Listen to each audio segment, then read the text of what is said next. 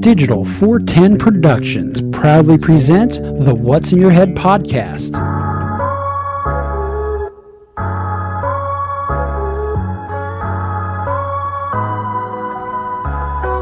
Digitized live from your company name here. Studios in Cape Coral, Florida. It's the What's in Your Head podcast with your hosts Gordon and Don Abernathy. What's up, OG5? Sorry I had to put myself on top. I like to be on top. Now we are back with another episode of the What's in Your Head podcast.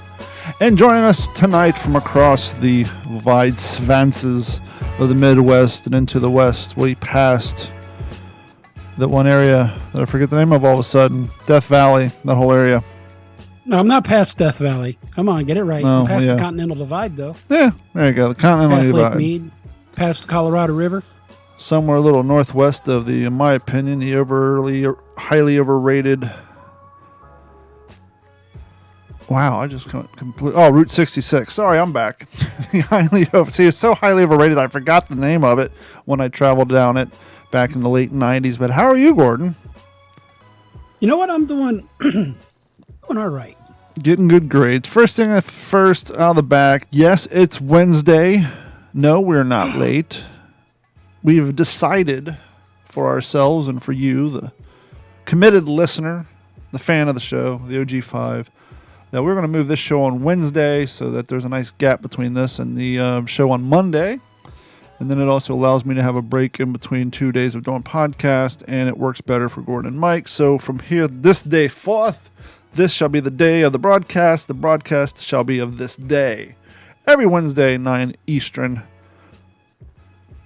Not Pacific time, Eastern time. That would be 6 o'clock. Sit, Ubu, sit, good dog, rough. 6:15-ish or 6:30-ish Pacific time. 7:15-ish or 7:30 Mountain. So on, so forth until you work your way back to Eastern. And if you go any further east than Eastern, well, God help you. And this has been Hot Time Zone Talk with the What's in Your Head podcast. Meanwhile, back in the Cape. Meanwhile, it's very interesting. You have two dogs roughly similar in age, and I have two dogs similar in age. And it's funny how, one, how different they are with personalities, but two, it's like they truly broke the mold with Bailey, because when we got Bailey, she's such a first interaction I had with Boston Terrier, sweetest goddamn dog in the world, doesn't do anything wrong, smarter than a mother effer. And then I would see TikToks of other people, Boston Terriers, when your dog shits in the house or pees in the house, they have cute little thing, dogs, dog gets away because they're cute. And I'm like, you must have a bad dog, because Bailey is proper training. Bailey is fantastic. And we get Jasper, and he had some bad upbringing, but we were at the dog park last week. The Abernathy House for Wayward Creatures. And there was this real pretty little Boston there. First time we'd seen her. Mm-hmm. And Jasper took a liking to her. And Bailey got a little jealous, and she went over there and kind of said what's up to the other little girl. Not in a mean way, just kind of went over there. And that little girl fucking jumped on Bailey, started biting her. Luckily, I scooped her up by her harness, pulled her out. She has a little red mark on her neck. And we've been around a lot of Frenchies and a lot of other Bostons, and I'll tell you what, she's one of a fucking kind. I mean, I know there's some great Bostons out there, but with the experience we're seeing with other ones, we just assume they're all like Bailey, but it's like, no. Like, she's in here now, she's laying on the floor right here. Every time I do a podcast, she sits in here the entire time. Jasper's like, fuck you, I have no interest in this. I want to go lay in bed with Mom. So he's in the other room, she's down here where she always is. She's sleeping, she will stay there until the end of the show. Well, how much of that's basically nature versus nurture, and how, is how they are versus you've invested in them? I would tell you, previous to our experience with the dog park, I would say, clearly it's just Jasper didn't have a good upbringing, but unless there's just a lot of people out there who, wow. I'm trying to stay generally generic, because I don't want to call people out, but there's a particular person there who owns multiples, and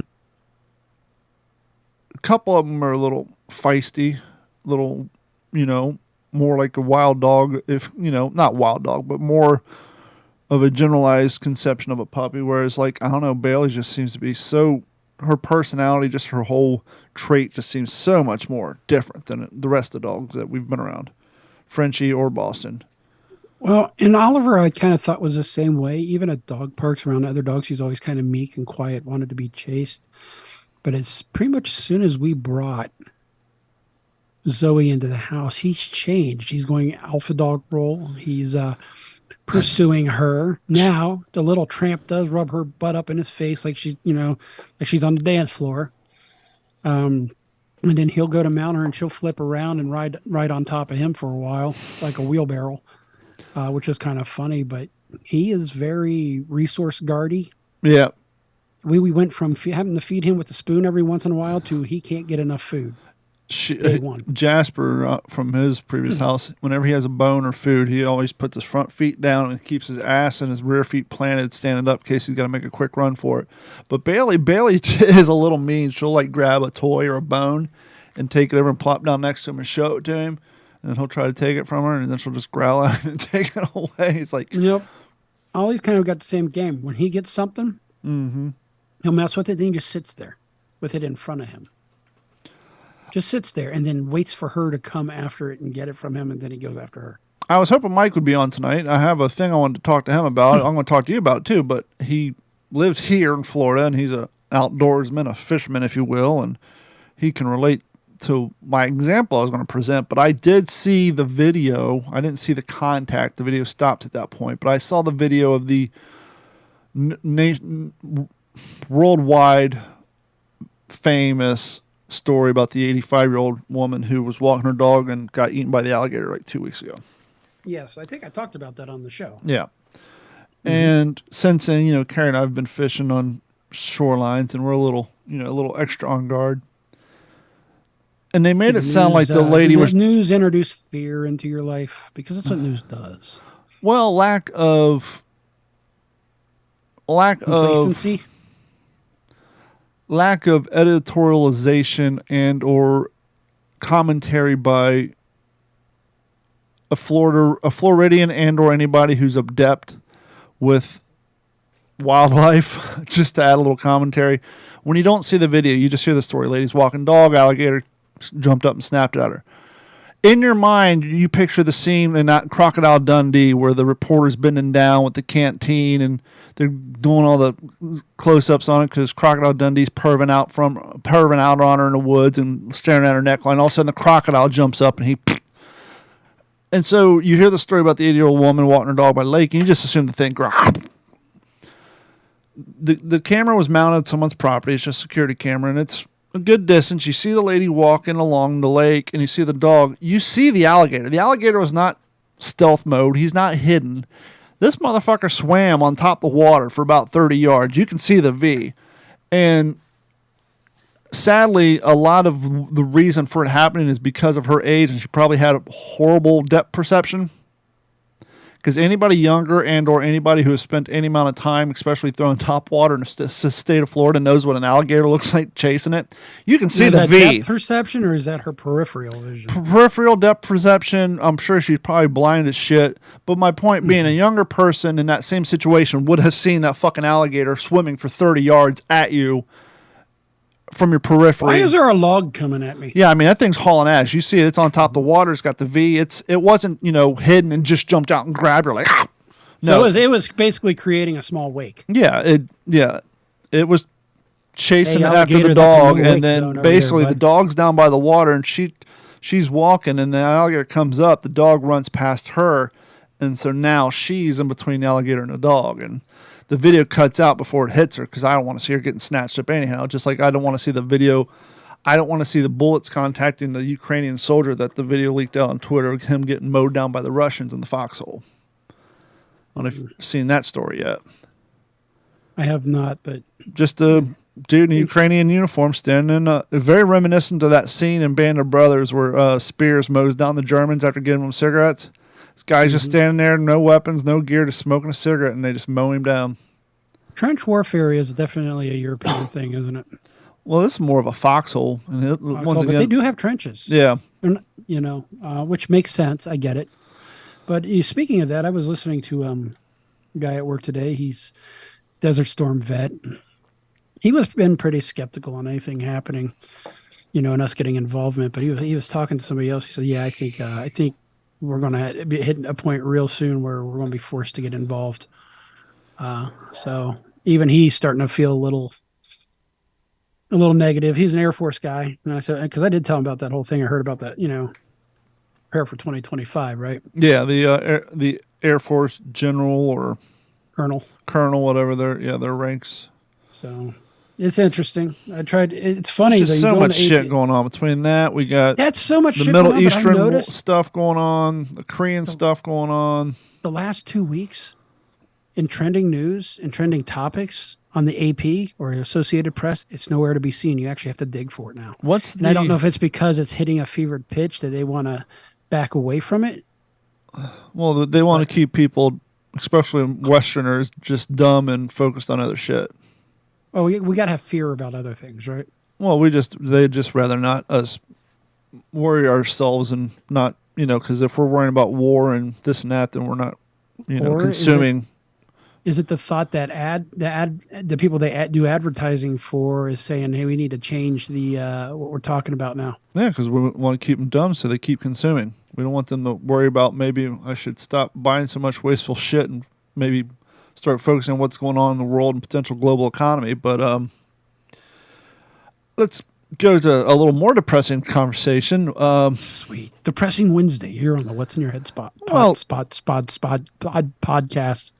I'm trying to decide if I want to go with the story or the clip. We'll start with the story and then we'll go with the clip.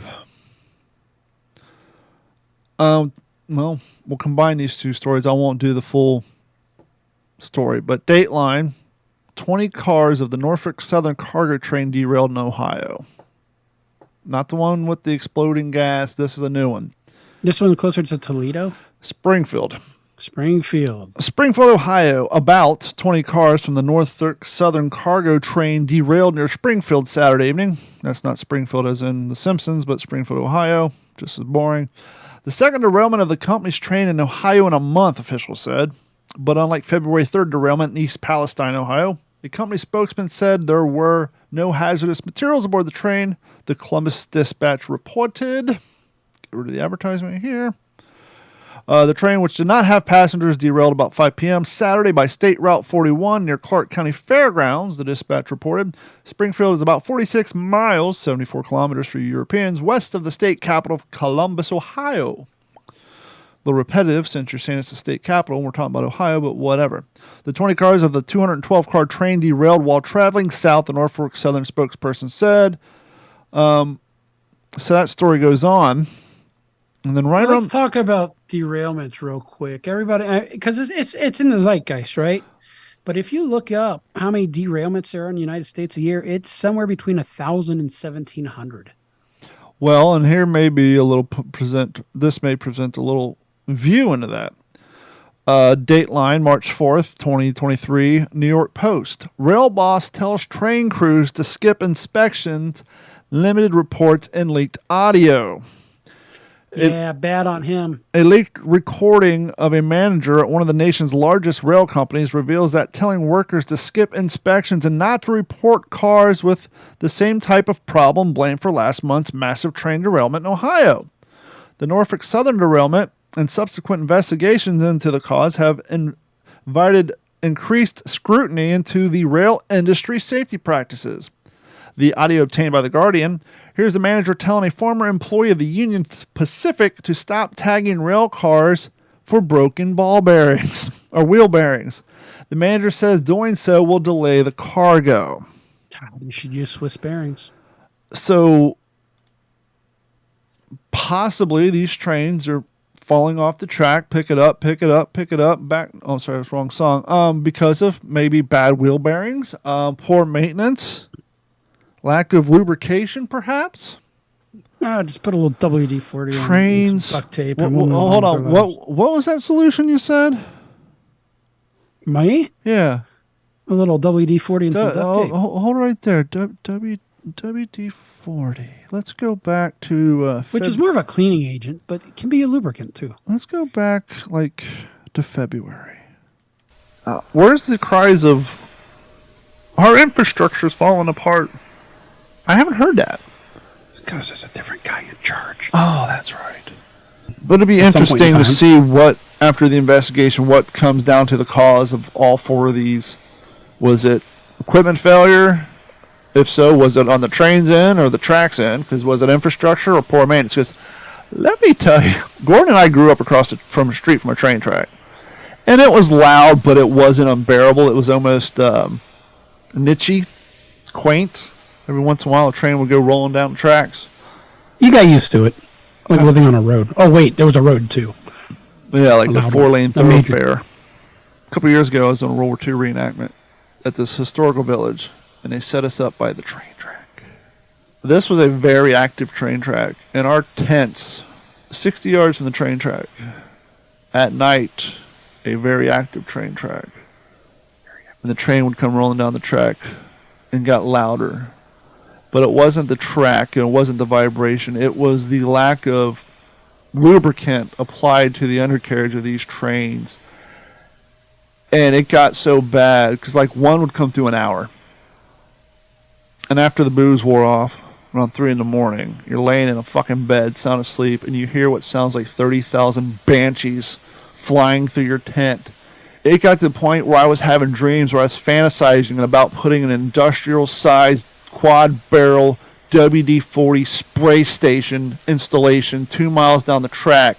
So as this train came barreling down the road, its undercarriage would get completely engulfed in WD-40, so that by the time it got to where my tent was, it was just a nice rumble. The effect it had on you, by the time you woke up at 6 o'clock in the morning, you felt like you'd been water tortured all night. Some people say, well, the trains, that's what they use for the major mode of transportation. You're right, and they maintained that shit, and they lubricated it.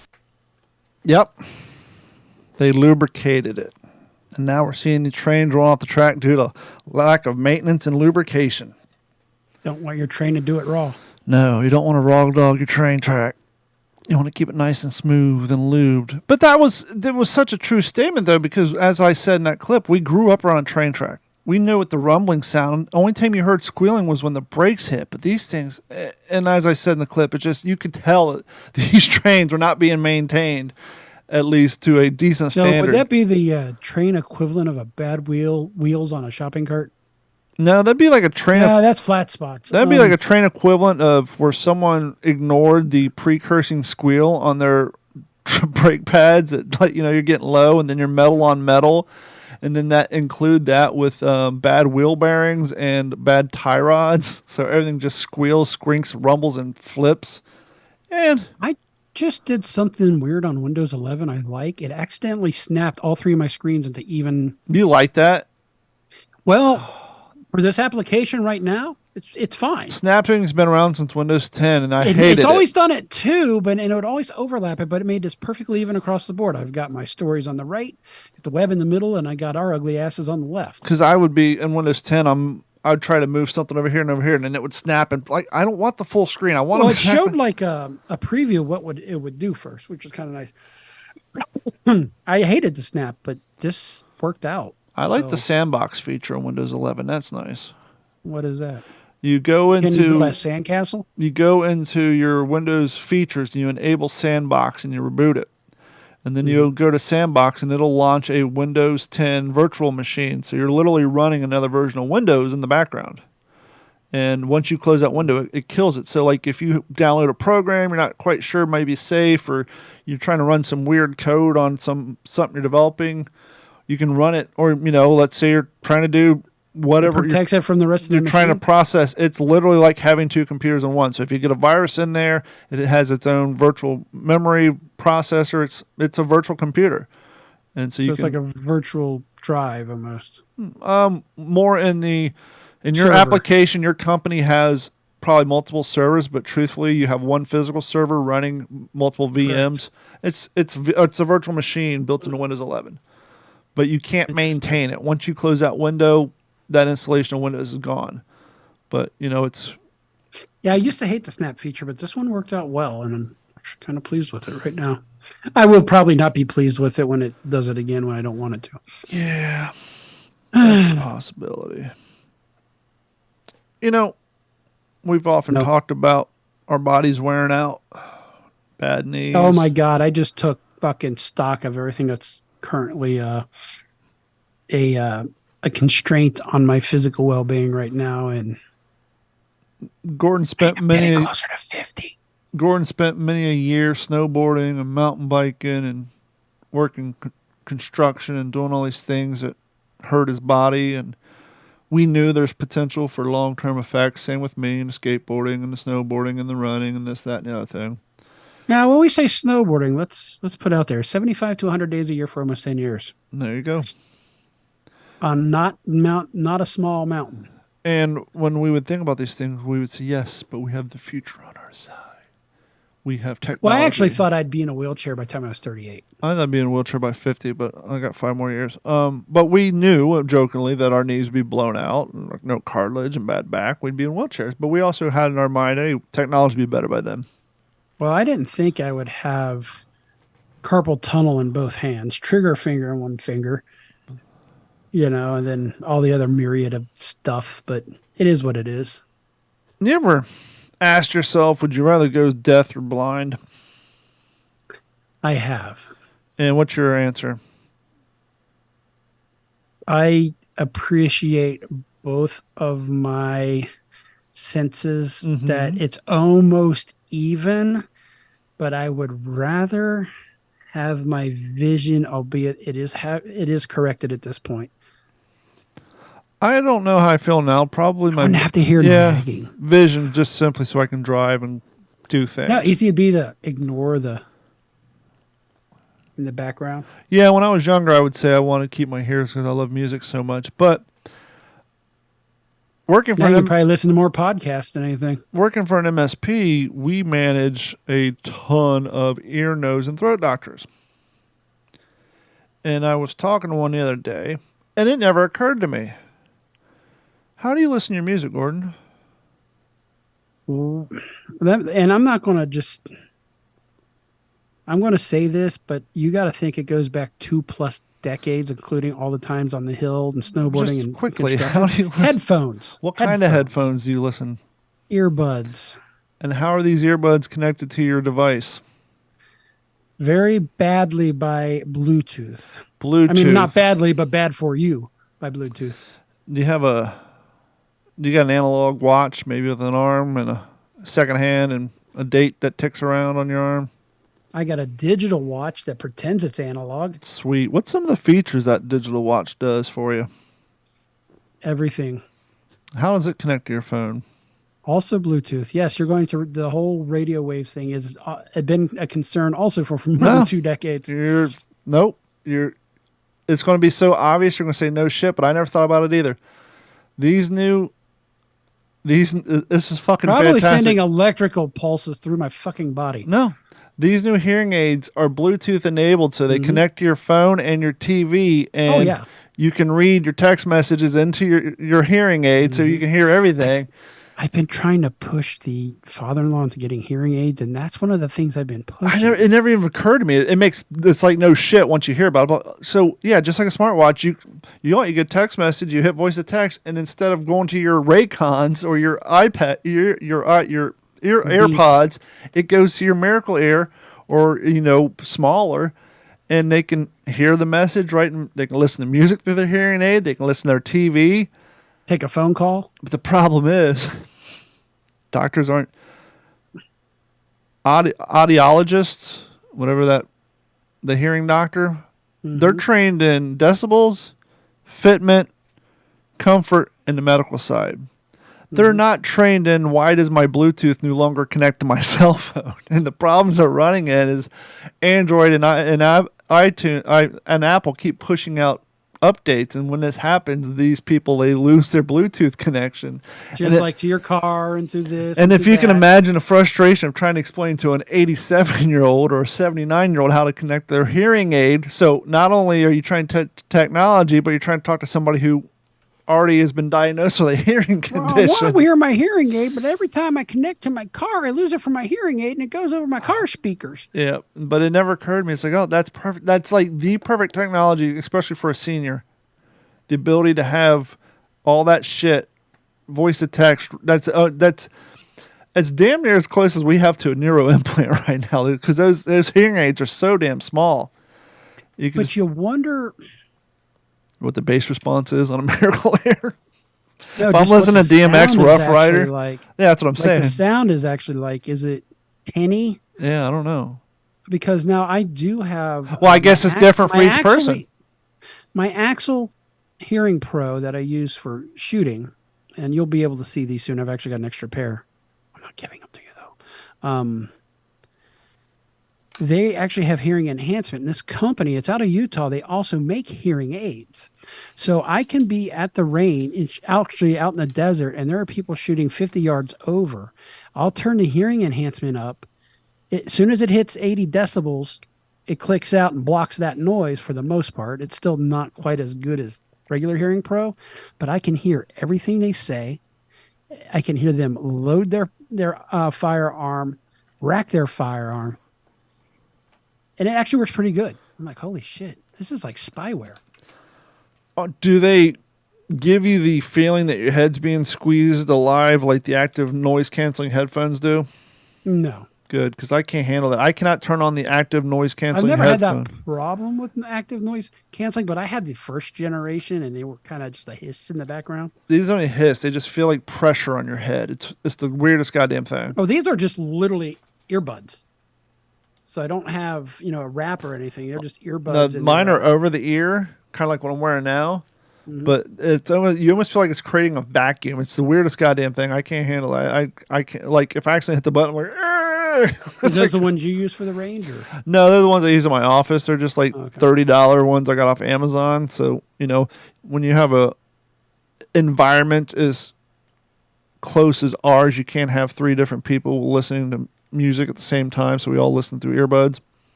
Well, we've got a assistant that's basically like releasing a pterodactyl in the office. She's so loud.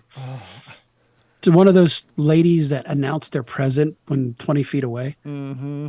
Weird noises. Trumpets almost playing. as annoying as the bird you used to have. Yeah, that one. Kind of like a grackle. Yeah, grackles are pretty bad. Yeah, they're pretty bad. Do you have grackles? Yeah, we have them. People Carrie and I, back when we were renting that house with the pool, we decided we want a bird feeder. And so we put a bird feeder in the backyard.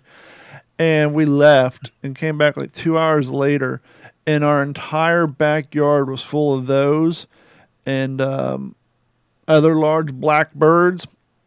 And not only were they loud, but we were... Why they got to be blackbirds? Because they were all black. Grackles are, and some crows. Mm-hmm. And they were sitting all over the lanai screen. We're like, we got to get rid of this bird feeder, or our entire lanai is just going to be nothing but bird shit. And so we had to think for like 3 hours. Like, well, this has got to go. That was not well this didn't work out. Nope. Or you may attract squirrels. Do y'all have squirrels? Yeah, we have squirrels. We don't have chipmunks. Squirrels. I miss chipmunks. We do have chipmunk 1 or 2, but we mainly just got lizards and birds and bugs. Not a lot of bugs. Lots of praying mantises, though. I got a question. So for can you. I? Yeah, go ahead. A couple of things. One thing that's been bothering me, and the goddamn periodic table of the elements. No, actually, I'm good with that one. You know how, like, people will text you, mm-hmm. you get a text, like, you know what? I'm just gonna call this motherfucker. Call him back, and they don't answer. Mm-hmm. Does that not bother you? Or no, what's worse than that is because if they're texting, there's always the hypothesis that they're in an area that's not conducive to vocal communication. It's when they call you and you call them right back. Like you like as soon as you went to hit the answer, they hung worse. Up, and you call right back. It's like, dude, what the fuck? You were literally calling me 0.03 milliseconds ago. Well, I'm going to shit on your response for not conducive. The thing is they could always say, "Oh yeah, I can't talk right now. I will call you later," as a text back. Well, depends if it's a dude or a chick. Because a lot of time the chick's shit's in the bottom of their purse, or in their back pocket with a broken screen. So you'll be either holding the phone expecting a response, or you can answer it. Yeah, I don't know. Maybe that's vengefulness. Oh, that son of a bitch didn't answer me, so he can kiss my ass. Like, who's this motherfucker think they are? Texting me and not answering their phone back. And the other thing is our local park I go to, mm-hmm. there are starting to be a collection of people living in vans. Oh, van life. One of these vans is a Mercedes with an extended ceiling. Nope. I would totally be cool with those people because they at least had $250,000 to buy that thing. Those Rebel vans are badass. I'd love to have one. If I did, it'd make my road trip a lot easier. I'd be parking in your driveway.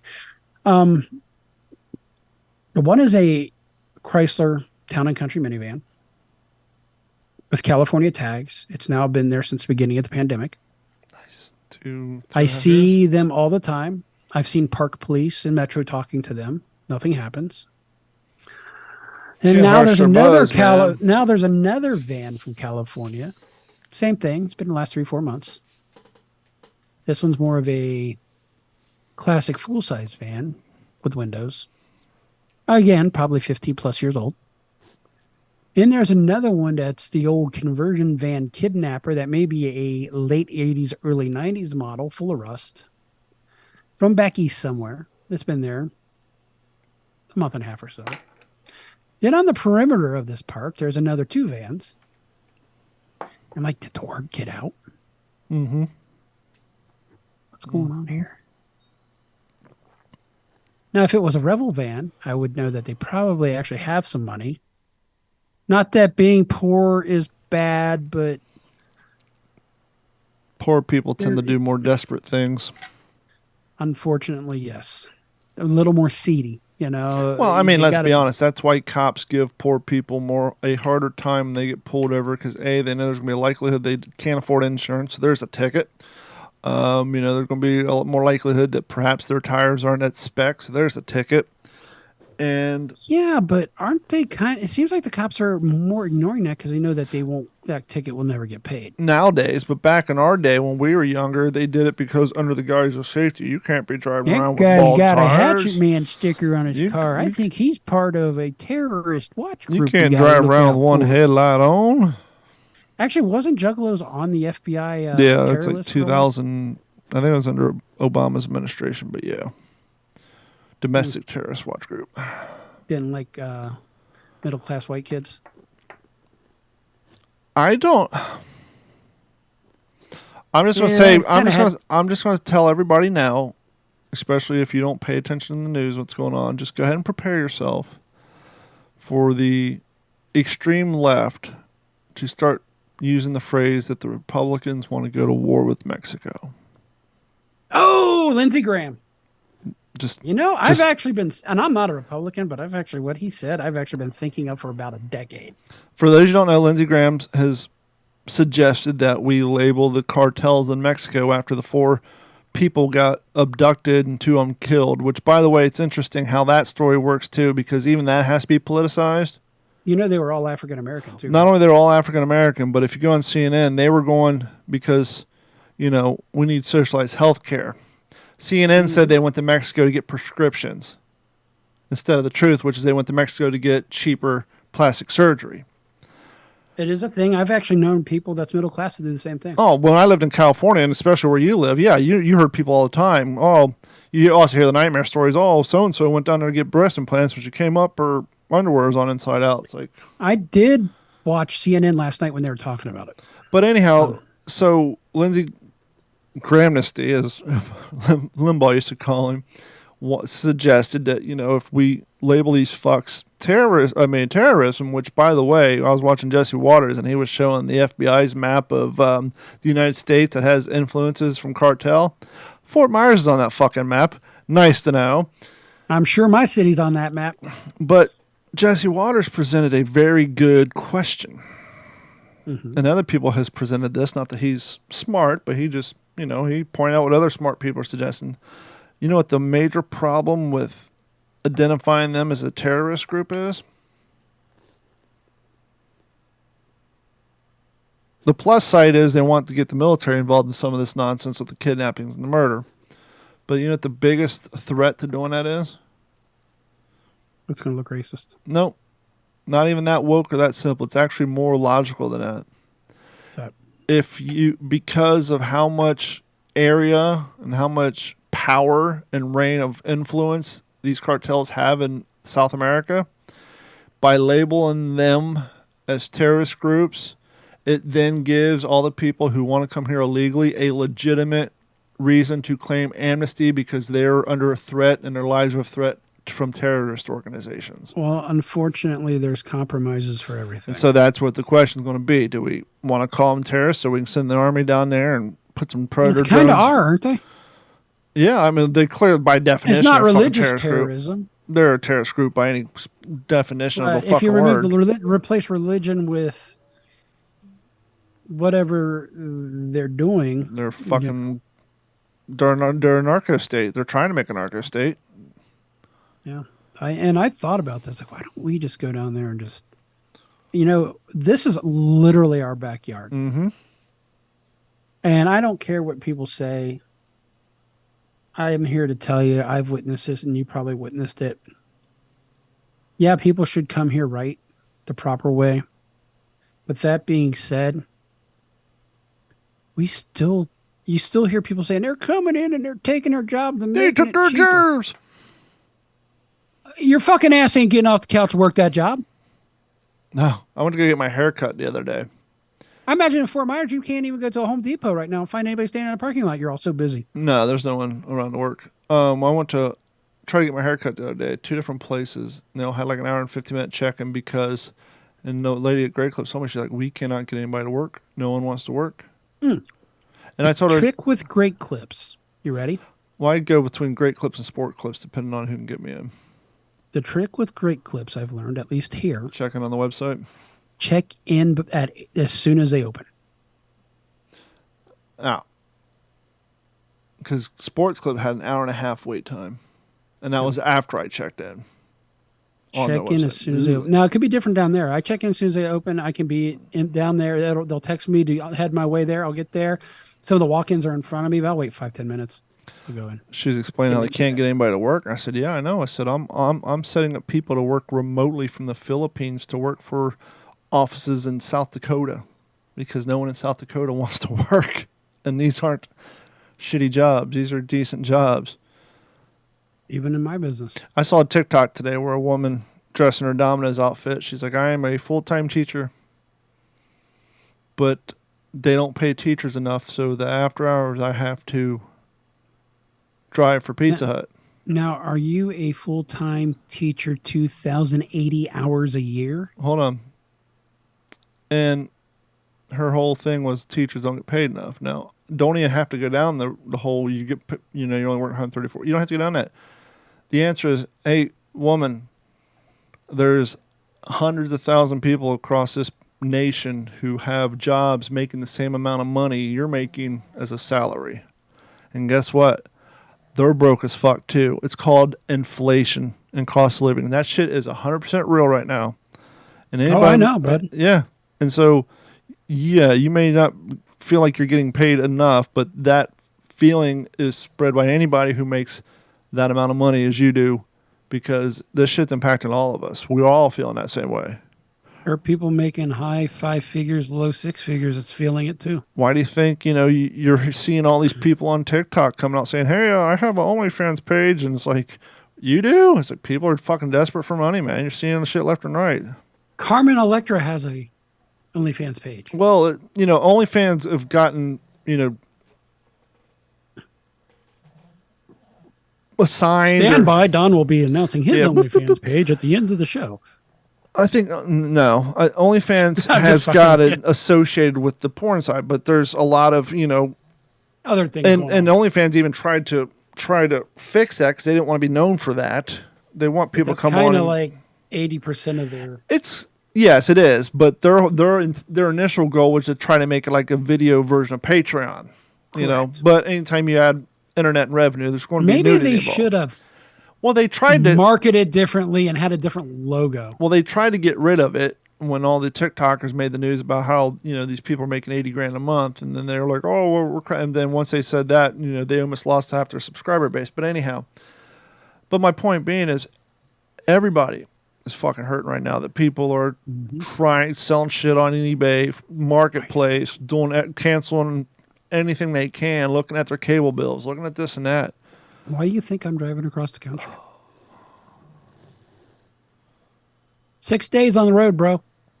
You've done it. Yippers. I didn't have GPS at the time. Because it's just driving. It's just water. I'm going to name a few bands. I want you to tell me what they all have in common. They have one thing in common. Okay. And I'm going to skip around. So these are no certain order. Number 1, The Doors. Okay. Steely Dan. Okay.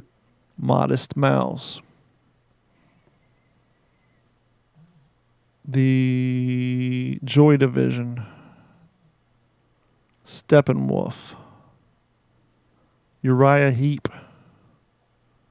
The Velvet Underground.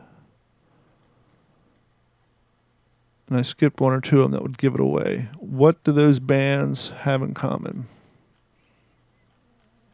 I can kind of sort of detect a commonality. Which I'm would be having what? a hard time putting my finger on it. Would this help? Veruca Salt. The Boo Radleys. I don't know who the fuck the Boo Radleys are. Do you remember who Boo Radley was? Mm-mm. I would say almost like a slow down, tuny kind of melodic rock. Do you know who Veruca Salt is? Yeah. Who's Veruca Salt? Are we talking Veruca Salt from? Oompa, oompa, Yes, exactly. oompity From Willy doo. Wonka or Charlie and the Chocolate Factory? Now, was Charlie and the Chocolate Factory originally a movie, or was it a... It was a book. 10 bands who took their names from literature. Mm-hmm. So if you ever wonder what the Doors stood for, it's kind of a weird name. Maybe they're just being eccentric. The 1960 era rock icons took their band name from Aldous Huxley's 1954 book, The Doors of Perception. Steely Dan, Don Fagen, and Walter Becker of the jazz rock outfit Steely Dan were fans of the writings of beatniks. So when coming up with their name, they drew inspiration from the greats and not so great. Steely Dan was the name of a steam-powered dildo in William S. Burroughs' 1959 novel Naked Lunch. Steely Dan. Imagine if that steam busted. You know, I was going to put together a TikTok and I never got around to it. I need to find the right photos and I need to find the wording. It was going to be a montage of like mid-90s Marilyn Manson first album Goth Kids, where you had dudes wearing dresses and, you know, pictures of Marilyn Manson and his asexual get-ups. You're going to have a picture of Ziggy Stardust and his his ambiguous outfits. You're going to have Alice Cooper, and then show some 80 Poison. hair bands, Motley Crue, this and that. And then mention the word Mapplethorpe. When's the last time you heard that name? And Goes back to Cincinnati. and a few of the other like-minded, and then have something along the lines of, and why is it that Gen Z says that boomers and Gen X aren't accepting of cross-dressers and transgenders? We've supported all these artists. That was kind of, that was going to be the kind of the... They were still like super masculine though too. It was weird. Well, my point being is Marilyn Manson sold a Yes, lot of I know what records, you're saying. and Twiggy's wearing a dress. I mean... No, 100%. Evil Mothers, Trent I get Reznor's Happiness for Slavery video, all that stuff. But Pig face and whatever. Yeah, no, I understand. And but to exactly. think- They act like we've never been there, done that. and it's not accepting really, because apparently in 1959 there was a They novel. just didn't change their fucking gender and start fucking with hormones. But of course, when you get to one point, the next generation or generations will push that, right? At some point, there's got to be a backlash where it goes back. I keep expecting us to roll back to the Victorian times at some point in time. We're right there. But what I was getting to on this is, this just goes to show these cats who think this is a new revelation. In 1959, there was a novel written that included a steam-powered dildo. So you're not breaking new ground. Well, let's even back up from the way the hair bands dressed and some of that, but Rocky Horror Picture Show. Exactly.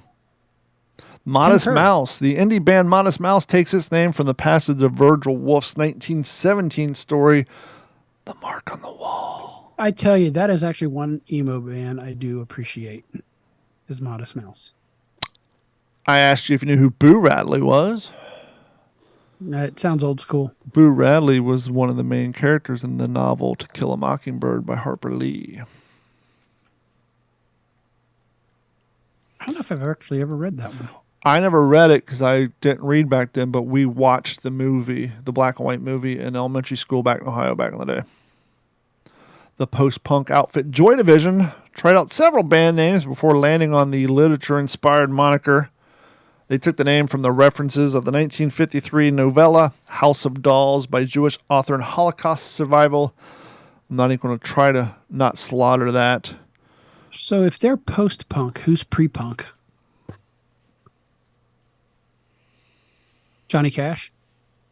I'm going to say the bands that were playing the music that the Zoot Suit listeners rockabilly? listened to back in the day. You got punk, post-punk. What's pre-punk? Don't know. Steppenwolf. The band Steppenwolf borrowed its name from the 1927 Hermann Hesse book of the same name. The Hesse novel itself was named after a German word for the subspecies of gray wolf, the Steppenwolf. You're right. Well, here we go. Velvet Underground. The Velvet Underground name was inspired by the 1963 book of the same name, written by journalist Michael Lee. The book is an exploration of various taboos surrounding sex and sexual relationships. That's all in the name right there. Which maybe... Yeah. Yep. And so if you ever wondered where the Doors got their name and some of those other influential 70s, 60s, and somewhat nameless 80s bands, there you go, my friend. And what was that Bill Hicks that told the Doors joke about Jimmy being a clown? I think so. And the clown woke before dawn. He put his big red shoes on.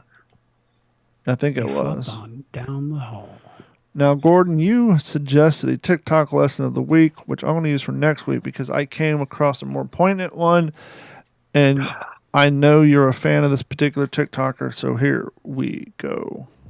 And now for the What's in Your Head podcast TikTok lesson of the week. Over the past 2 years, I have been called names like crazy, uneducated, out of touch, stupid, killer, and ignorant, and the list goes on. There have been seeds of doubt planted in the minds of those closest to me regarding my mental state and well-being. I have been talked about behind my back, and I have been made to feel awkward around the ones who I thought knew me authentically. I have been shunned from society for actually doing the research instead of trusting the television, a politician, or a celebrity. But the truth is out now, and all will be held accountable for their actions. Create space, because the collective, well, we're en route to reclaim our slandered identity. And this has been the What's in Your Head podcast TikTok lesson of the week. Yes, apparently the guy who does the I'll let myself out videos gets a lot of hate mail sent his way. I haven't seen a lot from him lately. That was him. That was his latest post. I guess maybe he took some time off because, you know. Is he a comedian? Because I think I've seen him do some comedy before. A lot of those guys end up going into comedy. I know, he's got a very recognizable tattoo, right? Yeah, I know Youth Pastor Ryan is doing comedy now. Congratulations on your weight loss. Huh? Congratulations on your weight loss. Yeah, I think I may have probably put another pound or two back on this week, but you know, as long as I'm trending down. It happens. I'm in a cookie phase right now. I need to get out of. I've been consuming not a cookies. Cookie phase. I'm back into a soda phase, and it's not good. That and donuts. We got this place called Pink Box that, fuck, they're good. I'm on a soda phase, but I'm drinking the mini Mountain Dew, and then I throw water in between, so I'm drinking in moderation. Oh, I still drink a lot of water. Now, when I say donuts, I don't go buy 12 or 6. I literally just buy one, and I still feel guilty for it. And you know what my favorite donut is? And this place has the fancy fucking donuts and cronuts. I like just an old-fashioned glazed fucking donut. Chocolate old-fashioned. We'll go to these places, and I'll just get a giant glazed donut. But I will say, don't sleep on an apple fritter. Don't sleep on an apple fritter. And believe it or not, cronuts or dough crows as this place has got. They got one called the Butterface. Everything's good, Butterface. Well, they actually got one called a poo, and it literally looks like the poo emoji. It's fucking delicious. It's chocolate and peanut butter. You can't go wrong with those two flavors, which will lead me to a story I got later. Reese's is fucking up. I've had umbrage with Reese's for years, and I got to the point where I thought maybe it's a geographical location issue. And I think maybe they require people to buy them in such bulk that they don't move them in enough time. And so by the time I buy them, they're dried out, white, and semi-scaly. I cannot remember a time, with the exception if I buy the big cup with the extra peanut butter, then they're fresh. Believe it or not, is my favorite now. Because they're fresh. If you get the normal ones, either they've changed the recipe of the chocolate or something. They're gross. They're fucking dried out and they're gross. But the little extra peanut butter, and I know that's not real peanut butter. That's peanut butter with a shitload of sugar in it. Mm-hmm.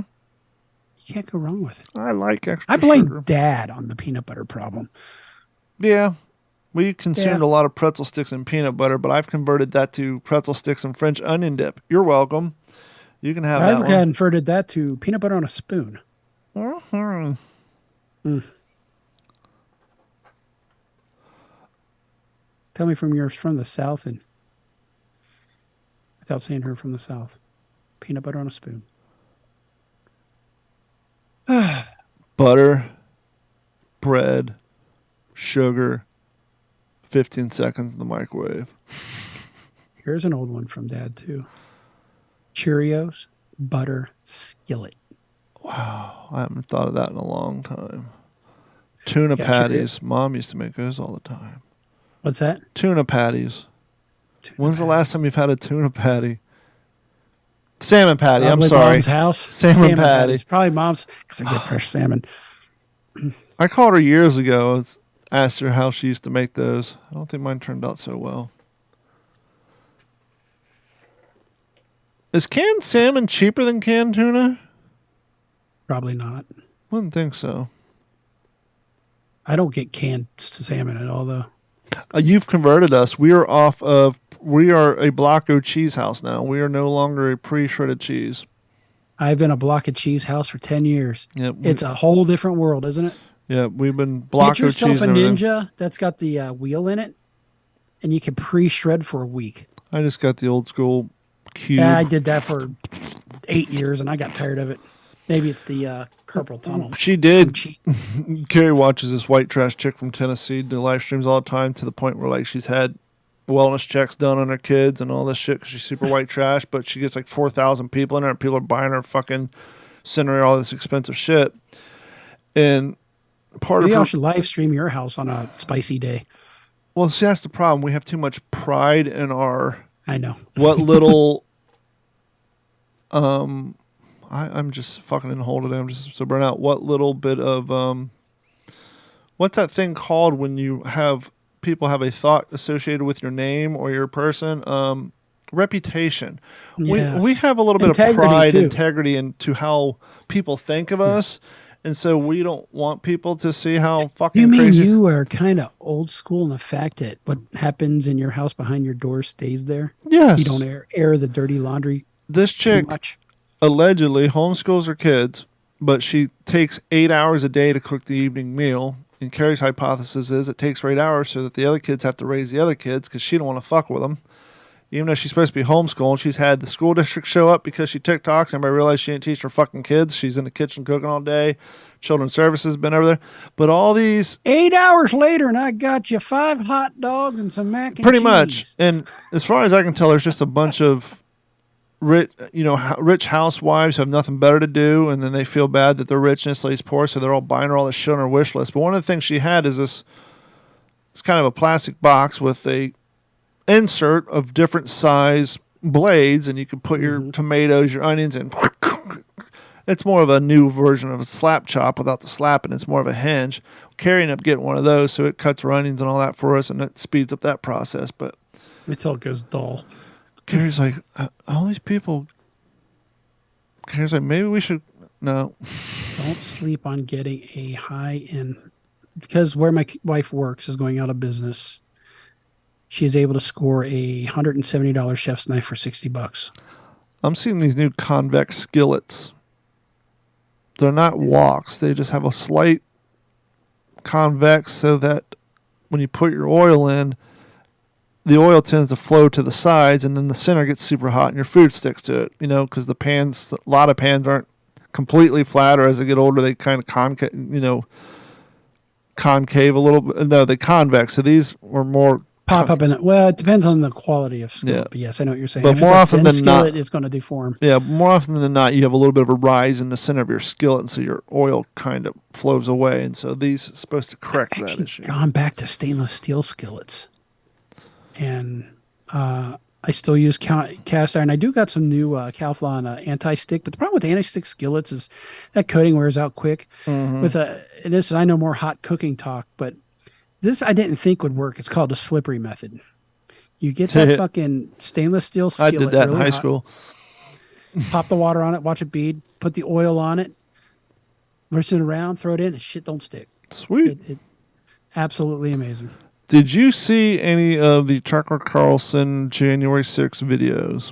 I did not. I read some stories. I'm like, oh, they're making this guy look like an asshole, especially when it sounds like he actually hated Trump at one point in time and then turns around and loves him on the air.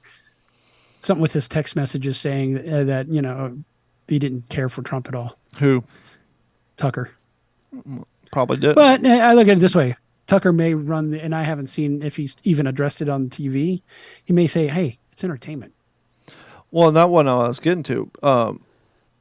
The Democrats in power, I'm already saying power because I don't really think off the street Democrats give a fuck, but the ones who run things were upset that Tucker got access to over 40,000 hours of uncensored material, video footage of January 6th, and they didn't want him airing it. And so he aired kind of like the Twitter files. He aired one episode.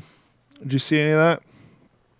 I did not. You remember But the I am going QAnon to- shaman? But I am going to, hold on. I am going to say this, and it may sound like I'm stealing from Joe Rogan, but he's absolutely right. The problem with TV is there's not enough time to actually go through things and fully understand it. It needs to be like 3 hours. Yeah, but when These discussions need to be hours on end with no... Yeah, but when you take video footage and you edit it to present facts in a certain way, and that's any video. It can be presented in any way you want, depending on how it's edited. To which the person in the video gets 4 years in prison, Mm-hmm. and then the unedited video comes out, and you see the quote-unquote, as we referred to him, the ringleader of the water buffalo that the Fred Flintstone was a member of, the guy with the antlers. Mm-hmm. They made him Weird out, guy from Arizona. They called him the QAnon shaman. They said he was a terrorist, and he organized the insurgent. Well, if this guy's a terrorist, then how is the cartel's not terrorist? Well, here's the thing. The uncensored video footage of him storming the castle, if you will, is him walking around escorted by 2 DC police as they walk him through the building and basically give him a tour. Try to open some rooms for him. Oh, that one's locked. We'll go this way. They walk down a main, hallway. There's an intersection. There's 8 other DC cops standing there, and they walk through, and he's got a flag. He's just looking around. The cops take him to the area. They take him Wait. So you saying he wasn't being violent or loud? Not only or was he noisy? not being violent, he was being escorted around by the DC cops. And then there's a clip of him giving his Is this what we- announcement saying, thank you for the police for being here, helping us out.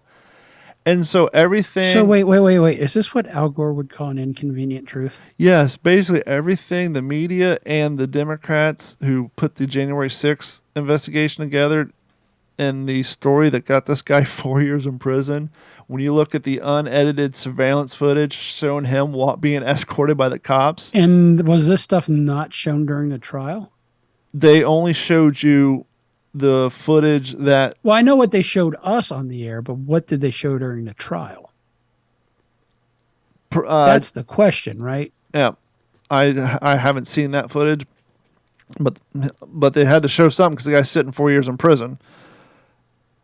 And then the other video they're showing is... And the other video he shows is just, once again, it's unedited surveillance footage of hundreds of people walking through the place in line, standing in line like they're at a museum. They go take pictures of things, organize stuff, and then they fucking leave. But it was supposed to... So the guy who put his feet up on Pelosi's desk was probably let in by a cop. Is that what you're saying? Yeah, they're showing a lot of... The cops were... he did show this group of assholes we already seen did break windows, but like the other 900 people who went through there that day, they were just walking around like tourists at a museum taking pictures. They were literally standing in line, even though there was They just literally walked around. You got to watch. It's crazy. And just, I hate in this day and age, you've got to always put a fucking disclaimer out there. Don and I are not fans of Trump. No. I actually think he needs to go away. We're less fans of blatant lies. Or less fans of the current administration. But guess what? You can actually dislike them both. Did you listen to that thing I sent to you from Dan Crenshaw? No, not yet. Take a listen. It talks about the war in Ukraine. He actually backs it. Well, see, that one's a sticky wicket because... And that's why. It is a sticky wicket. And he very succinctly explains why. And I haven't heard it, but I'm going to assume it's kind of like when I pointed out when people burn our flag. Yes, that's right, our flag. And cite, oh, the police suck, let's burn the flag. And then I kindly remind people that just about, damn near, if not all of them, except for maybe some in a small town, every city, every township has their own flag. Every major city has their own flag. Every state has their own flag. Every sports The United States government has their own flag that literally represents the United States. Most police departments have a badge, a emblem, and or a flag. The United States flag, oh glory, represents us, the people. It does not represent the government of the United States. It does not represent the police force in Minneapolis. Does not represent the racists. So when you want to show disdain, hatred, rightfully so, for the city of Minneapolis, might be a little hard to get by, but I know you can get them. Go on Amazon, order the city of Minneapolis flags, and burn those. And they'll be cheap, too. Custom order a replica of the badge that your police department has on their flag, flying out in front of the police department, and burn that fucking thing.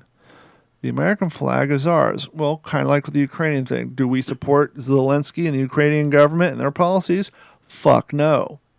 Do we stand by innocent people who are having their fucking lives, property, and country taken away from them? Absolutely. Absolutely. And so that's why that's a sticky wicket. A larger country invaded another one.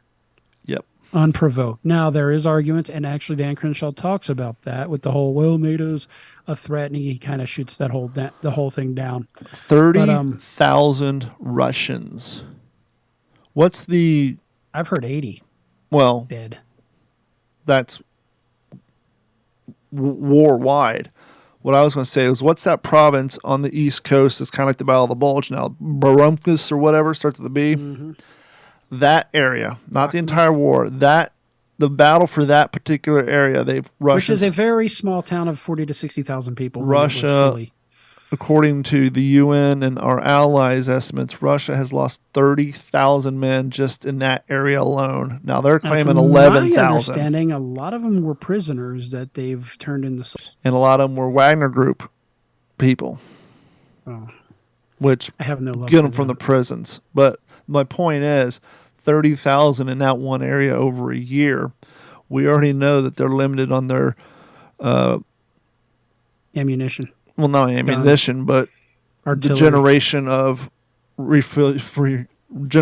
18 to 35-year-old dudes, because of how bad things have been over there. So it's just like, how much longer can they just keep throwing cannon fodder out there? I don't know. If China starts actually sending them some weapons. Speaking of weapons, what is old is new again. I saw a story in Al Jazeera showing that Ukraine is producing realistic inflatable tanks. Same thing the Ghost Army did in World War II when we were using subterfuge to convince the Germans that we were going to land in Northern Europe. We organized a Ghost Army of inflatable tanks and jeeps so that when the Germans flew over, because the French said we were landing up there, they saw all these tanks and jeeps when we landed down south. Well, what's that decoy they use in Modern Warfare 2 now? Decoy personnel or decoy grenade or inflatable decoy. Well, these are inflatable tanks with hopes not for subterfuge, but for maybe to help the Russia expend more munitions on dummy targets. So they're literally producing inflatable. Not only do the tanks is what I was going. If they start doing it of soldiers too. Well, we did that during World War II as well. During the when the troops were when Airborne was jumping in. We were dropping in. God damn it. The movie The Longest Day makes it look like it was some big sophisticated dummy. No, it was basically a fucking it was a sandbag sewn into the shape of more like a gingerbread cookie, really. We dropped these giant gingerbread cookies that were made out of sandbags with helmets and noisemakers on them, so that when they dropped into the woods, it was kind of like a decoy grenade in Call of Duty, but they're strapped to giant gingerbread That's it, cookies. decoy grenade. Yeah. And so we did those as well. So what is old is new again. Gordon, are you ready for the news? Let's do the news. Here's the news, Gordon. I don't know what happened to your sounder. That's fine. Yeah. We still have this, though. Coming in from the AP out of Copenhagen, Denmark. Is it Copenhagen or Copenhagen? Copenhagen. Hagen-Dazsen. Scandinavian scientists said Wednesday that they have identified the oldest known inscription referencing the Norse god Odin on part of a gold disc unearthed in western Denmark in 2020. And yes, I wanted to send this one to you. It actually has a swastika on it. Because that is an old school symbol. Yes. Prior to Nazism, I think the 8th Army for the United States, that was their logo during World War I. And prior to that, problem, right? Prior to that, it was a Buddhist symbol and Native American symbol for peace. And apparently Norse. Yeah. We're talking Vikings. So, and that's kind of what we're seeing with the American flag right now and the Betsy Ross flag. Do not let these shitheels, these racists, these bigots co-opt these flags. More importantly, the Gadsden flag. And you say that, oh, now that's associated with racist people. You're letting them fucking win. Don't. Just like the Gadsden flag. Just like the Gadsden. One Elizabeth Eimer, a ruinologist with the National Museum in Copenhagen, said the inscription represented the first solid evidence of Odin being worshipped as early as the 5th century, which is at least 150 years earlier than previously old known reference, which is on a brooch found in southern Germany and dated in the second half of the 6th century. So this disc, discovered in Denmark, which was part of, Viking lore and history, was part of the trove containing about 2.2 pounds, because I'm not going to read kilograms, of gold, including large medallions the size of saucers and Roman coins made into jewelry. It was unearthed in a I was going to say, I'm more impressed with the fact that people were wearing brooches in the 6th century. Yeah, they're shit, right? Makes you wonder how old the brooch really is. It was on a bolo tie. It was unearthed in the village of Vendeliv in central Jutland, which was dubbed the Vendeliv Hoard. Experts think the cache was buried 1,500 years ago, either to hide it from enemies or as a tribute to appease the gods. A golden bracelet, it's actually a bractetic, a kind of thin ornamental pendant, carried the inscription that read, "He is Odin's man," likely referring to the unknown king or overlord who used to possess it. That's really, really cool, in my opinion. We're still finding older stuff out there. See those 9-foot long broadswords they found? Yeah. It's like, how big was that fucking guy? Yeah. Unless they were ornamental. They could have been ornamental, strapped to a wall somewhere. Absolutely. So we're going to go from Denmark to one Las Vegas, Nevada. That's an expensive flight. Probably got to lay over somewhere. You like in the show Liverpool. Breaking Bad, right? Yeah, it was good. Breaking Bad actors Bryan Cranston and Aaron Paul are adding another unique honor to their resume. The pair stopped by this place called the Golden Tiki, which is really tiny. It's kind of funny. On Friday, but very famous. On Friday night, and was presented with honorary shrunken heads that look like they're characters from the show. That's cool. Yeah, it's a bar. It's a really cool place. Paul said that he's been lobbying for the honor since he first visited the bar last January. Other celebrities who have received this unique honor include one Vince Neil, Sammy Hagar, Pauly Shore, Randy Couture, Rod Stewart, Siegfried Roy, and Carrot Top. Now, does it take away the honor to find out that they lobbied themselves? It's kind of like when you find out the Hollywood Walk of Fame, you got to pay for your own star. Well, it's a private bar. It's small. I mean, it's a public bar, and it's small. And the fact that a a B-list celebrity is actually saying, hey, man, let's do this. I think it's pretty cool. If you were that bar owner, you'd think it's cool, too. Has Aaron Paul fallen to the stages of B-list now? I say B to I C. think his last movie didn't do too well. I think He's got a few shows, too. Yeah. Tallahassee, Florida. Mm-hmm. This is where Republicans go too far. Mm-hmm. A Republican lawmaker in Florida wants bloggers who write about elected officials to register with the state.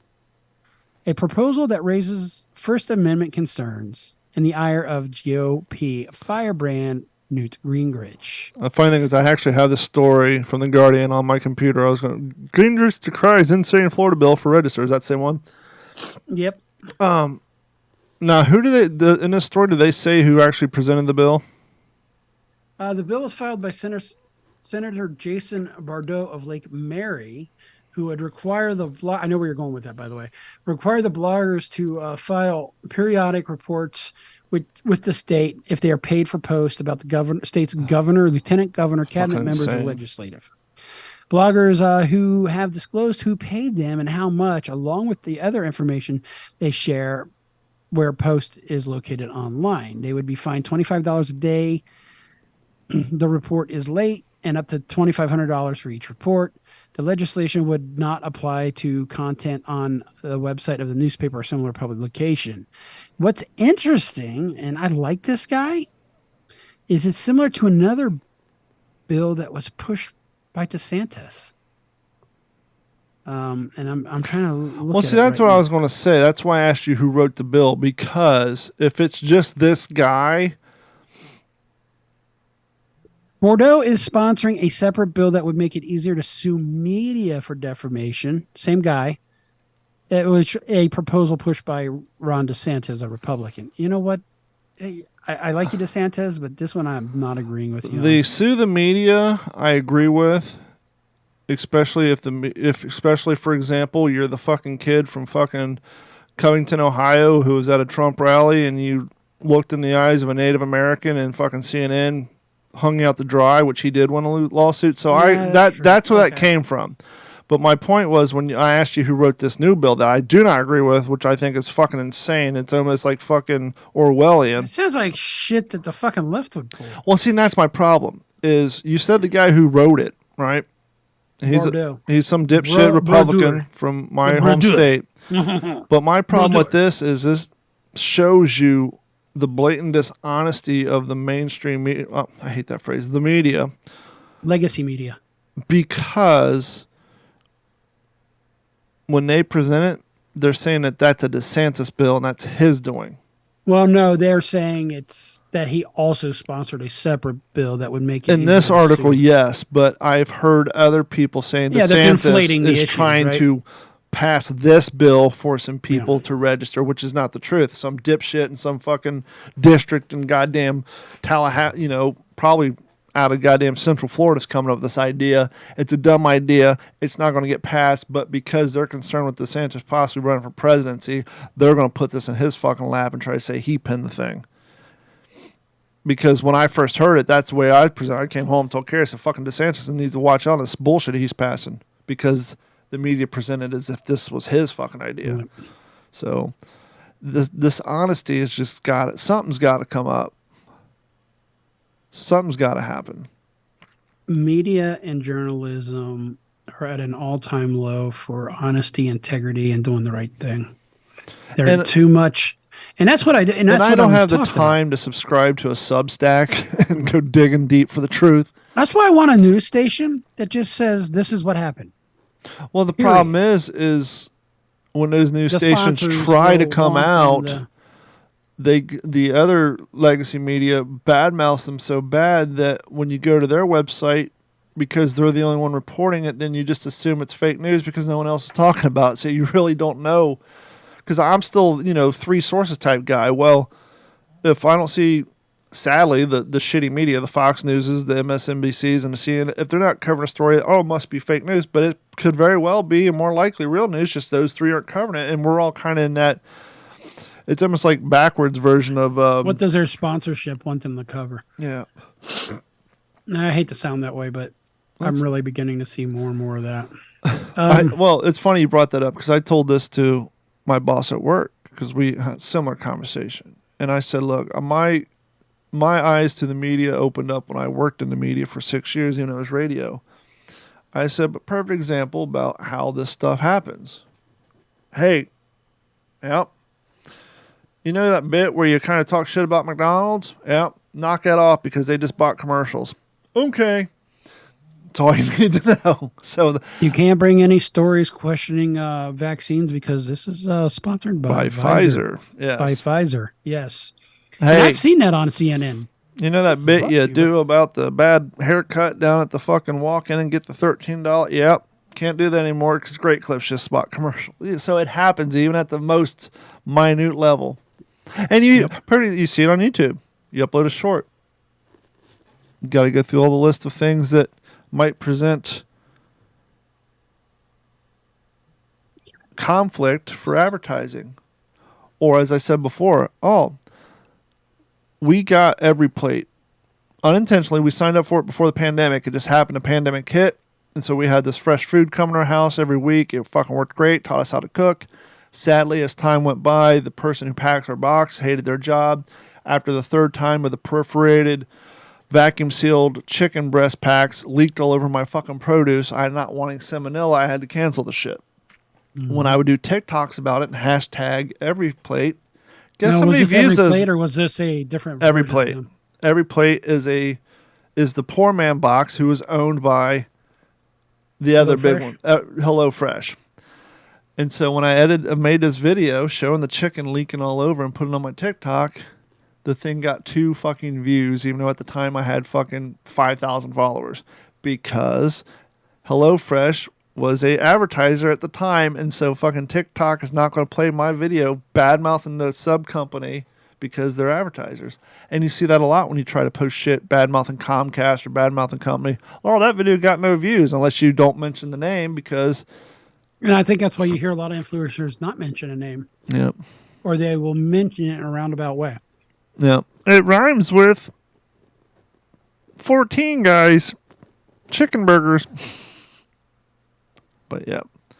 And now on with the news. Remember I said I had a story about Reese's? Mm-hmm. They've already fucked up adding potato chips to them. I was going to say, can we stop fucking around? Are we not fat enough? First we had the Reese's with the fucking Reese's Pieces mixed in with them. And then the fucking Ruffled potato chips. And now they have the extra... I'm waiting for Flamin' Hot Cheetos to be dropped. Well, they got the... Have you seen... I haven't seen them in a while, but they went to... Because four is not enough. You can buy the 6 to 8 pack for a while. Jesus fucking Christ. Yeah. And this is a little... Before I get into the story, this is a little parallel. Can candle companies and candle makers stop making candles based on baked goods? Because they fucking stink. No, because we're not fat enough. They stink. They don't even smell good. Anyway, Hershey's is fucking up. And this is my opinion. Reese's Peanut Butter Cups is getting, well... Reese's is not Hershey. Isn't Reese's Master Foods? That's Hershey? No, yep. M&M's is Master Foods. Yes. They're getting a vegan treatment. Fucking stop. Hershey Company, in all their infinite wisdom, said Tuesday that Reese's plant-based peanut butter cups, which means it's going to be full of chemicals, which go on sale this month, will be the first vegan chocolate sold nationally. This is such a hard story to read. I got my hand up. Bueller. What are Reese's cups made out of, sir? Chocolate and peanut butter. Peanut butter is made from what? Peanuts. A peanut comes from where? A plant. Chocolate is a what? It's got dairy in it. But it's still plant-based. Plant-based, correct, but it's still got dairy in it, which is animal-based. Because interestingly enough, we made... But evidently chemicals are considered plant-based. We made enchiladas last night with Spanish rice, and Carrie came in and said, "What's up with this rice?" I'm like, "What do you mean?" She says, "Plant-based on the front." It's fucking rice. I said it's marketing to remind dumb vegans they can eat this. Rice is a fucking plant, therefore because it's rice has no plant-based. gluten. It probably says gluten-free and rice has no It says gluten. plant-based right on the pack. It's fucking rice. Well, sometimes the seasoning that's mixed in there for flavor may have dairy in it, and that's what they're saying is it didn't have dairy. You probably got fake cheese. The second plant-based offering, Hershey's plant-based extra creamy with almonds and sea salt, will follow in April. The chocolates will be made with oats instead of milk, I like according to oats. Hershey. It's definitely not NSNG. Goats, little Oats is empty a grain. ivy. Hershey was experimenting with vegan chocolate before. It sold an oat-based chocolate bar, Jesus, this is hard to read, called Oatmade in some test markets starting in 2021. But the new products will be the first sold throughout the United States under the plant-based label. According to Hershey, they say customers want a choice and are looking for products that are considered healthier or with fewer ingredients, including reduced sugar and plant-based options. Who says plant-based is healthier? The people who are trying to convince the world that cows all are those responsible seed for oils fucking. that cause inflammation's healthier? Oh, it's better. It's better for the planet because cows fart. What was canola oil's original name? Fucking stomach aids. Rapeseed. Yeah, rapeseed oil. Yep. And what was it invented to do? Replace. As a lubricant on steam engines. Oh, that's right. Yep. You wonder why it sticks to our fucking arteries. Maresy Younger goatsy, customers goatsy, in goat. particular, Maybe. I'm going to get through this story, Okay. as hard as it is looking to reduce consumption of animal-based products, according to Euromonitor, which is a marketing research firm. And in 2021 survey, Euromonitor found that 54% of Generation Z was restricting animal-based products from their diet compared to 34% of baby boomers, which leaves me to question where the fuck are the other two generations between them? They're not smart enough to fill out a survey. Gen X, that's us. Mm-hmm. And then millennials? We saying Gen Z is smarter? Oh, by the way, speaking of surveys, Would you like to take I survey? know every place I do business hates me because I don't do any of their fucking surveys. I think they're bullshit. Well, I think it was Joe Coy or someone said, look, if my opinion on your service is that important to you, you would have a survey that I would fill out right now. I shouldn't have to go home, go to your website, register a fucking email address, confirm my email address by going to another email, putting in a code, and then giving you my opinion. And then if it's less than a 10, they get upset and in trouble. Mm-hmm. I actually did this. There was a contractor we work with, a fire alarm company, and I had a yearly survey to fill out. I gave him 9s. I gave him 9s, which to me is very fucking solid. Yeah. Oh no, he was in trouble because he didn't get 10s. I was like, well, that's kind of bullshit. 10s are a hand deserves a job. You didn't give me a hand job. 10. Anyway, I said nobody deserves a 10 unless it's been like way fucking above and beyond, and that's a rare level. That's like valedictorian level. You don't just get there. But we settled it out. I said no, that was just my own personal opinion on how surveys work. Nestle has sold its Kit Kat V. Guess what V stands for? Vagina. Yeah, close enough. Vegan. Kit Kat bar in Europe since 2021, while the Cadbury sells a vegan chocolate bar in the United Kingdom.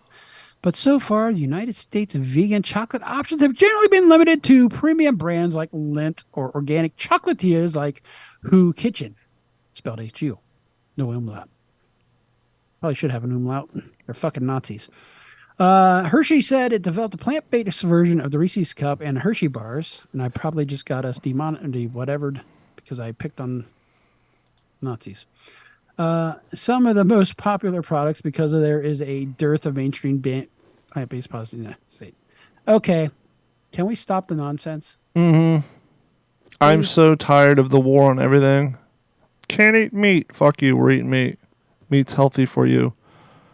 Look at all the people who had epileptic seizures who eat meat-based diets, and most of that shit goes away. I was listening to a lady present an argument in front of Congress, like listing the stats of people who switch to a primarily protein-based diet and get off all the sugars and off all the other bullshit, and like their type 2 diabetes goes away. The food pyramids build out of? Yeah, they no longer have to take their insulin for their type 2 diabetes, and a whole list of health benefits.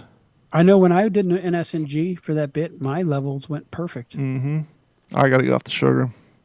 Yeah, me too. It is, I think, the worst drug in the world. Cookies. And I'm going to consider it a drug. I'm doing good. I'm taking leftovers to work, or I'm eating soup. No more fast food for lunch, but I eat Mountain Dew and cookies all the fucking Okay, one more story.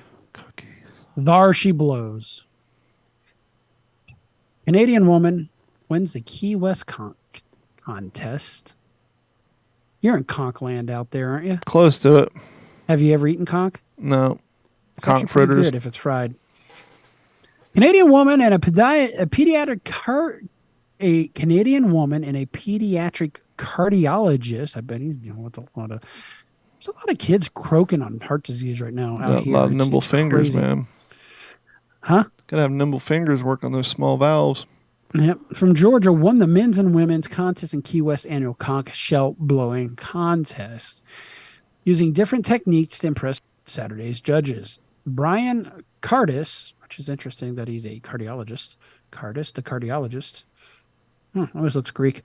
Georgia played Jimmy Buffett's song Fins on a pink lined conch shell that with holes so it can be played like a flute. While Carol Whitley of Ontario, Canada, blew a long, loud blast with her shell to best other competitors. Cardis said he began blowing the marine mollusk shell 10 years ago. Now I just got wings to mollusk stuck in my head. Thank you very much. Good song, by the way. A little weird. I think purists would say he's cheating. Yeah, I think he's cheating, but that's okay. During the who says he couldn't have drilled holes in I said the purist. Because everybody else were you there 300 years ago when they were using conch shells to communicate? My great-grandfather organized this event back in 1795. Thanks. So basically the key is, according to Cardis, is kind of like a trumpet. You just sort of have to buzz your lips when you're blowing into Put it. the lips or together like and blow. Trombone. You know how to whistle, don't you? You have to make a puff noise with your lips in order to generate sound. So needless to say, these two have... won the great old conch blow off, and that's there was a portion in time. Oh wait, there was a winner from Ohio, from Avon Lake, Ohio, who performed conch shell, a vocal duet parodying Elvis Presley's Hound Dog. There was a group of motivated citizens of Key West, I think in the late 70s, maybe mid 80s, who wanted Key West to become a sovereign nation, and they came up with the Conch Shell Republic. And so you'll see Conch Republic's flags every once in a while, and that's, conch's a real big thing down there. All right, that's precious.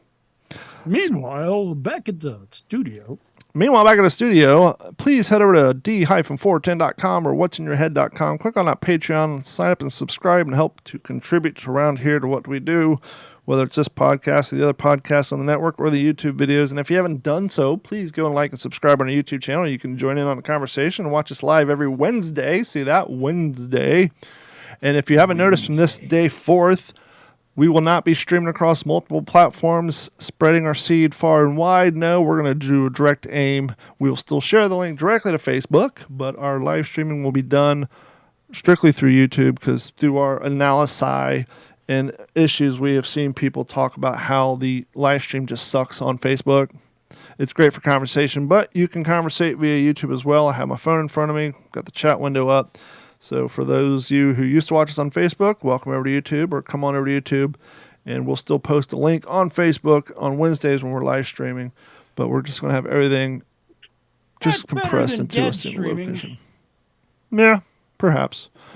But that's going to wrap it up for this episode of the What's in Your Head podcast. I want to thank you for your continued support, and for myself and Gordon, and Mike should be back sometime next week. He's got the creepy crud.